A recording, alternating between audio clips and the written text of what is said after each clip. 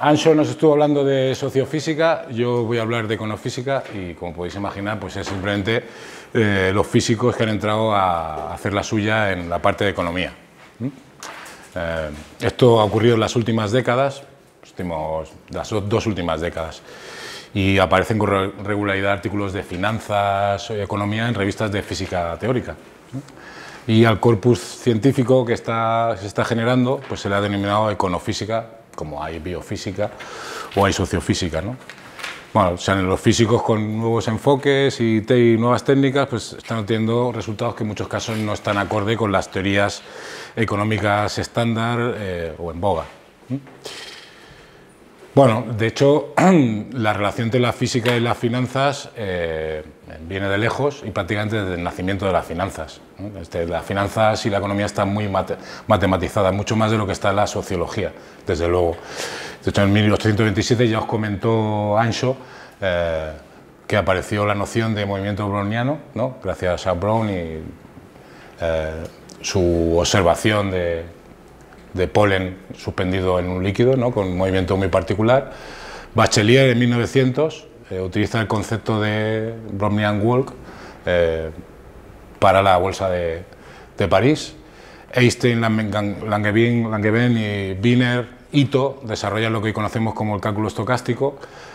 Mandelbrot de los 60 empieza a hablar de distribuciones de Levy y de extremos gordos, ¿no?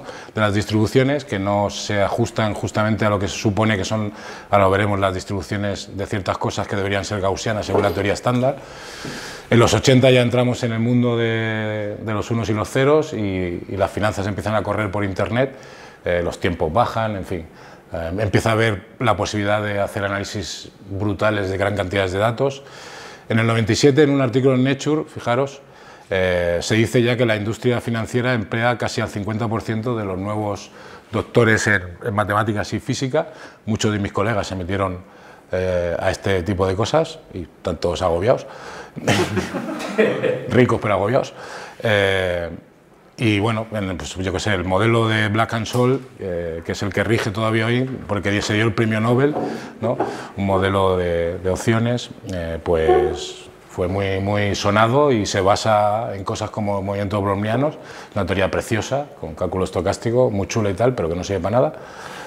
Bueno, todo el mundo está de acuerdo en que no sirve para nada, en que no, lo que te dice la teoría, los presupuestos iniciales de la teoría son falsos, pero es lo que hay y todo el mundo utiliza eso.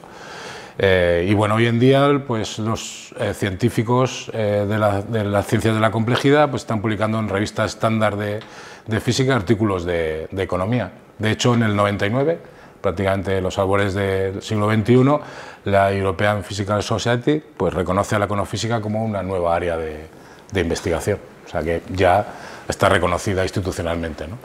Hay toda una serie de libros, no muchos la verdad, sobre el tema. De los dos primeros fueron quizá estos dos, el de Stanley y el de Buchot. Boyd es más reciente, pero hay otros cuantos más, pero no es una barbaridad. Todo esto lo pasaremos, las transparencias las colgaremos. Y por mi experiencia personal, pues los físicos se han acercado al tema financiero y económico por dos vías.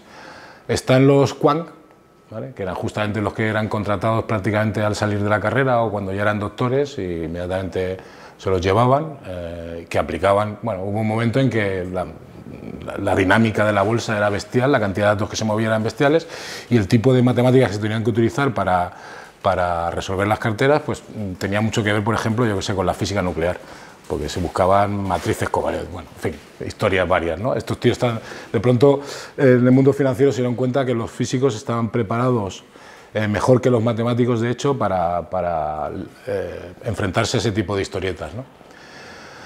Bueno, en finanzas, por ejemplo, pues se asumía que las fluctuaciones de los precios, bueno, perdón, la otra parte obviamente eran los que no se pasaron al lado oscuro, ¿vale? Sino que siguieron trabajando en el tema, como para ellos, siendo el sistema financiero un sistema más, como puede ser un sistema ecológico o cualquier otra historia digna de ser estudiada por su complejidad dentro de la ciencia de la complejidad. O sea, mundo de la academia y mundo de la empresa privada, ¿vale? Bueno, en finanzas, cuando empezaron a entrar los quant y se empezó a estudiar desde el punto de vista de los sistemas complejos, se asumía, por ejemplo, que las fluctuaciones de precios pues siguen una distribución normal, ¿no? Eso, que los mercados funcionan además de forma eficiente. Ahora veremos qué es eso. Y a partir de ahí pues se desarrolla toda una teoría, ¿vale? ¿Cómo contribuyen los físicos a la economía? Pues están haciendo observaciones que van de hecho en contra de este tipo de asunciones, ¿no? Por ejemplo, han visto que las fluctuaciones de hecho no son normales, que el incremento de precios está correlacionado, etcétera, ¿vale? Por ejemplo, la hipótesis de mercado eficiente, que es la base de la teoría, ¿vale? Es a la vez la suposición, como decía, más adoptada y la menos creída. Pero todos los programas que trabajan en bolsa, que utilizan los brokers, en realidad tienen esta hipótesis de fondo, ¿no? Que asume que toda la información es susceptible de ser conocida por el sistema. Por ejemplo, si estamos trabajando en bolsa, pues los datos referentes a la bolsa, ¿vale? De modo que en cada paso de tiempo esa información está incorporada a los precios. Todos los agentes, en realidad, disponen supuestamente de toda la información, son racionales y actúan de la manera más eficiente. O sea, no se lo cree nadie, ¿vale?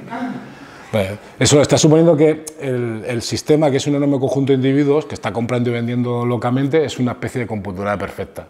Y las cosas no son así, ¿vale? Bueno, la pregunta a la que se quiere enfrentar, o se enfrenta toda la gente que juega en bolsa para ganar dinero, es si son o no aleatorios los precios de mercados. Si son aleatorios, pues vámonos, y si no son aleatorios, pues vamos a ver qué tajada podemos sacar, ¿no? Es decir, ¿existe alguna forma de ganar en bolsa? Es la pregunta, ¿no?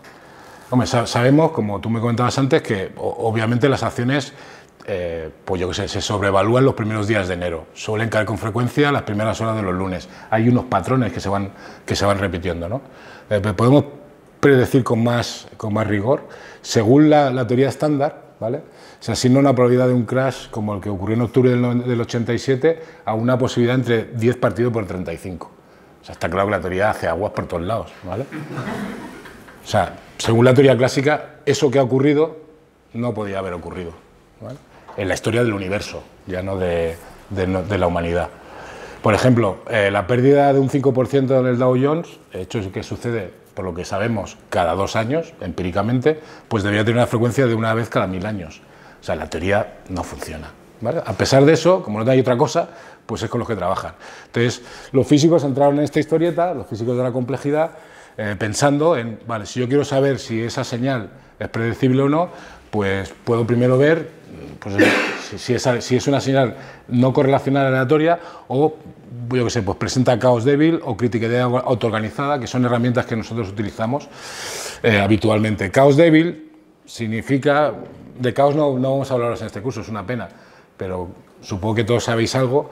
Básicamente en el caos determinista lo que ocurre es que tú has de conocer con precisión infinita tus condiciones iniciales para hacer una predicción de futuro, pero ese conocimiento que tienes de tu condición inicial es limitado, con lo cual tu predicción de futuro también es limitada. Pensemos, por ejemplo, en el hombre del tiempo, ¿vale? Cada vez va mejor, nuestras simulaciones cada vez tiran más adelante, pero pasar de más de 3-4 días es prácticamente imposible porque las medidas de presión, temperatura, velocidad del viento y tal son limitadas, ¿vale? Y necesitaremos información, mucha más información para poder llevar nuestra predicción mucho más adelante, a pesar de que las ecuaciones que rigen ese sistema son ecuaciones deterministas, ¿de acuerdo? Eso, perdona, sí. Que son una pura curiosidad. Eso que lo leo en todas partes, de que una predicción a 4 días o 5 días, pues prácticamente es como si digo yo que en agosto va a hacer 35 grados y no va a llover, ¿no? Sin embargo, todo el mundo lo usamos como para prever nuestros viajes, dentro de 4 días va a empezar a llover. Y sabemos que eso no es cierto. No, sí que es cierto, ¿eh? O sea, las predicciones meteorológicas tienen un porcentaje del 99% de acierto. ¿4 o 5 días? Sí, a 3 días seguro. La historieta está en que en realidad la predicción es con porcentaje y con un porcentaje y con un error. O sea, tú dices, mañana va a llover con un 80% de probabilidad.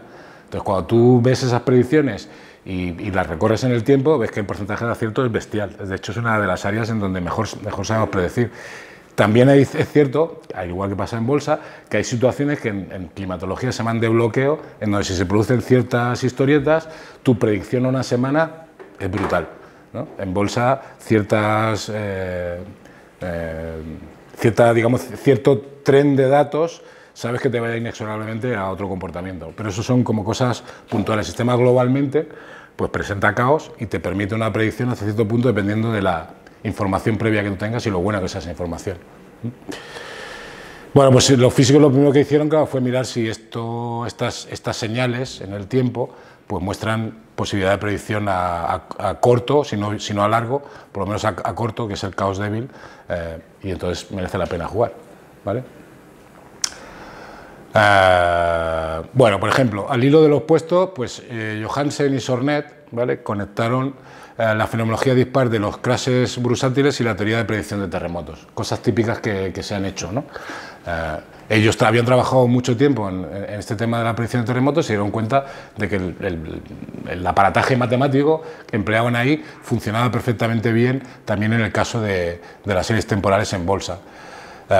Bueno, según muchos físicos, esto es lo que nosotros llamamos un fenómeno crítico autoorganizado, el caso de los terremotos, y bueno, pues eso lo hicieron para explicar el comportamiento de índices financieros antes de los crashes, ¿no? O sea, como alertas, ¿no?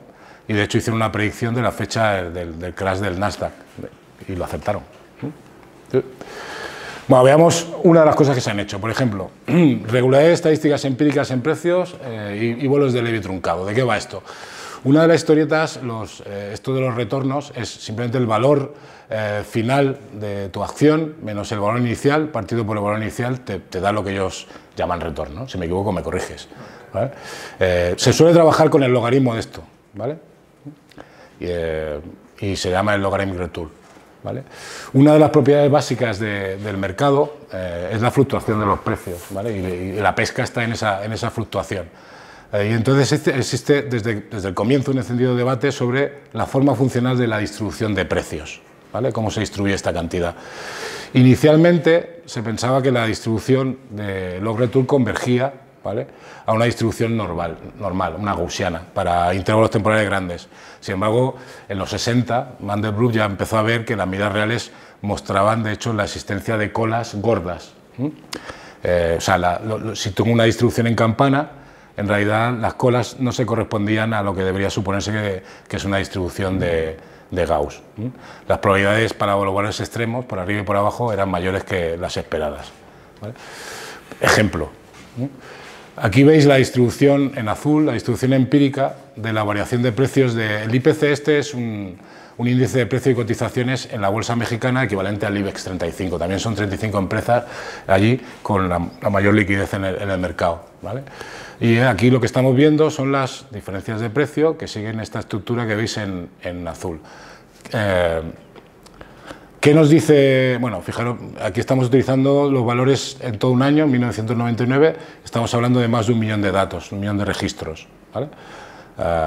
Según la teoría, ¿vale?, si esto se distribuyera de manera gaussiana o normal, si hago aquí de hecho esto es una representación semilogarítmica, aquí están los precios en lineal y aquí está en logaritmo, el logaritmo del cociente de precios.